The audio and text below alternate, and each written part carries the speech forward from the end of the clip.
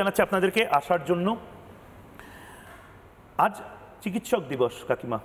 আজ চিকিৎসক দিবসে গোটা দেশের প্রত্যেক চিকিৎসকদেরকে আমরা ধন্যবাদ জানাচ্ছি। আমি আজকে জবাব চাই বাংলাতে নির্দিষ্টভাবে আপনাদেরকে আসতে অনুরোধ করেছিলাম একটাই কারণে, আজ অভয়ারও তো চিকিৎসক হওয়ার কথা ছিল। চিকিৎসক হয়েছিল আমার মেয়েটা, ডিগ্রিটা হয়নি, এমডি ডিগ্রিটা। আজ চেস্ট মেডিসিনের স্পেশালিস্ট হওয়ার কথা ছিল। কি বলবেন? আবার তমন্না, আবার একটা ল কলেজের অভয়া। সেই 9 তারিখের পর থেকে ঠাকুরের কাছে একটাই প্রার্থনা করি, আর কোনো বাবা মার যেন আমাদের মতো 9 তারিখটা দেখতে না হয়। কিন্তু প্রত্যেক দিনই দেখছি একটা না একটা ঘটনা ঘটেই চলেছে। এটা আমাদের খুব যন্ত্রণা দেয়। যেমন মেয়েটাকে হারিয়েছিলাম, প্রত্যেকটা পরিবার দেখছি হয় মেয়ের ধর্ষণ হচ্ছে, নাহলে কোনো একটা তামান্না হচ্ছে। এটা পশ্চিমবঙ্গের লজ্জা আমি বলবো। আমাদের শিক্ষা, প্রত্যেকটা মেডিকেল কলেজ বলুন, আইন কলেজ বলুন, বা এমনি কলেজ স্কুলগুলো বলুন, শিক্ষা স্বাস্থ্য সব কিছুই দুর্নীতিতে ভরে গেছে। এটা আমি বলবো, এটা আমাদের সমাজ।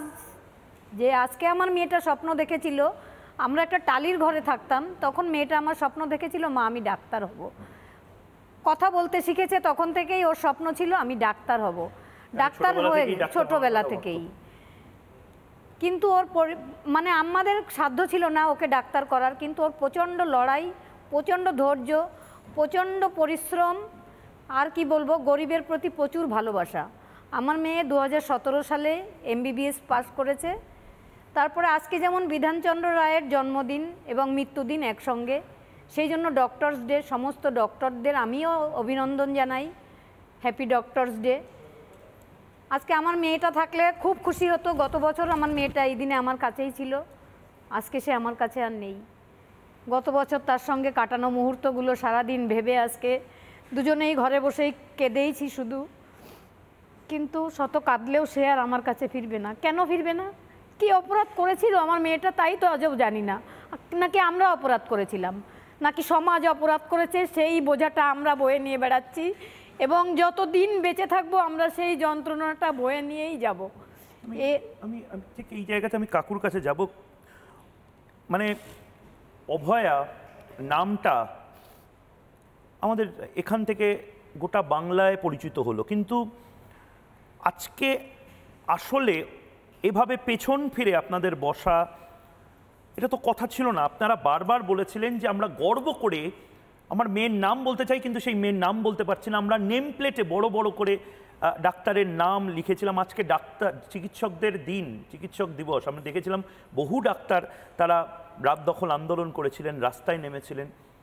সব সব বন্ধ হয়ে গেল, হতোদ্যম হয়ে গেল।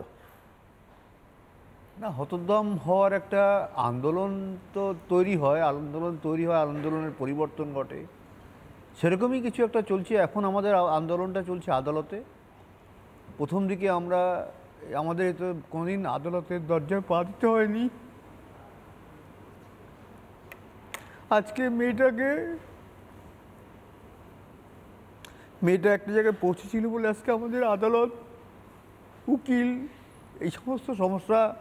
সত্যি কথা বলতে কি, আমাদের দেশের যে শিক্ষিত সমাজ, আমাদের রাজ্যের বিশেষ করে এত লোভী হয়ে গেছে।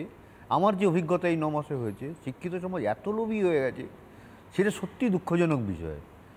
কেন এত লোভী তারা কি মানুষের জন্য কিছু ভাবে না? আজকে শিক্ষা মানুষকে বিকশিত করে, সেখানে শিক্ষা মানুষকে আরও পিছন দিকে নিয়ে যাচ্ছে তারা স্বার্থের জন্য। সত্যি কথা বলতে কি, 9ই আগস্টের পর থেকে যত শিক্ষিত, উচ্চশিক্ষিত লোক আমাদের সঙ্গে যোগাযোগ করেছে, সবাই তাদের নিজেদের স্বার্থ সিদ্ধ করার জন্যে আমাদের সঙ্গে যোগাযোগ করেছে। এটা আমাদের সত্যি একটা দুঃখের বিষয়। রাজ্যে যারা শিক্ষিত এবং বুদ্ধিমান, তাদের সবার আগে এগিয়ে আসা উচিত এই অন্যায়ের প্রতিবাদ করতে, কিন্তু তারা সত্যি কথা এগিয়ে এসেছে নিজেদের স্বার্থের জন্য। আজকে তো ডক্টরস ডে, মানে আপনি নিজেও মানে অভয়ার বিভিন্ন কলেজে অ্যাডমিশনের থেকে শুরু করে বিভিন্ন কিছুতে আমি নিজে জানি যে আপনারা কিভাবে দৌড়েছিলেন, এবং আপনাদের আমি যতদূর জানি যে ওর র্যাঙ্কের ক্ষেত্রে দাঁড়িয়ে বিভিন্নভাবে আপনারা ট্রাই করেছিলেন। চেস্ট মেডিসিনে হয় না অন্য কোথাও হয়, 4 জায়গায় ওর নাম উঠেছিল। মানে কাউন্সিলিং তো স্টেট সেন্ট্রাল এইভাবে কাউন্সিলিং হয়, 4 জায়গায় পরপর ওর নাম উঠেছিল। কল্যাণীতে আমরা ভর্তিও করেছিলাম গাইনোকোলজিস্ট, ওর গাইনোকোলজিস্ট পছন্দ ছিল না, আমি বললাম গাইনোকোলজিস্ট নে, তারপর যদি কিছু ভালো পাওয়া যায়। কিন্তু সে তারপরের কাউন্সেলিংয়ে চেস্ট মেডিসিন যখন পেয়ে গেছে, ও থার্ড কাউন্সেলিং পর্যন্ত আর অপেক্ষা করেনি, ও চেস্ট মেডিসিন ফেভারিট ছিল। কারণ কোভিড পিরিয়ডে তখন আমারও কোনো কাজ ছিল না, মানে বলতে নেই, আমরা পুরো মা বা মেয়ের বাবা দুজনে মিলে এলাকার যে কোনো পেশেন্টের খবর পেলে আমরা চলে যেতাম। আমি একটা কিট পরতাম এবং মেয়েকে দুজনে মিলে কোভিড কিট করে আপনি আর মেয়ে চলে যেতেন, মানে আপনি মেয়েকে নিয়ে যেতেন যাতে মেয়ে চিকিৎসা করতে বাইকে পারে। করে। ওর বাবা গঙ্গার পাড়ে গিয়ে বসে থাকতো, আর ও চেম্বার থেকে কোনো কোভিড পেশেন্টের বাড়িও চলে যেত। কোনো সকালে বেরোলে হয়তো 3টে-4টের সময় দুজনে ঘরে ফিরতো। 20 সালে মধ্যমগ্রাম স্বাস্থ্য কেন্দ্রে কাজ করতো। এক একদিন পুরো হসপিটালের দায়িত্ব ওর উপরে ছেড়ে দিয়ে কোনো ডাক্তার আসতো না, কারণ কোভিড পিরিয়ডে বহু ডাক্তার বাড়ি থেকে বেরোয়নি। এই ডক্টর যেতে মধ্যমগ্রামে ওর ডিউটি ছিল, এবং টোটাল গাইনোকোলজি বাদ দিয়ে সমস্ত ডিপার্টমেন্টের দায়িত্ব ওর উপরেই ছিল।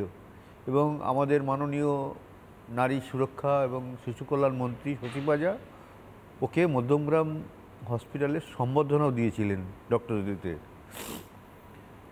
নানা ধরনের কন্টেন্ট দেখার জন্য লাইক করুন, শেয়ার করুন আমাদের ফেসবুক পেজ, সাবস্ক্রাইব করুন আমাদের ইউটিউব চ্যানেল। পাশাপাশি অন্যান্য ব্রেকিং নিউজের জন্য অবশ্যই চোখ রাখুন রিপাবলিক বাংলায়।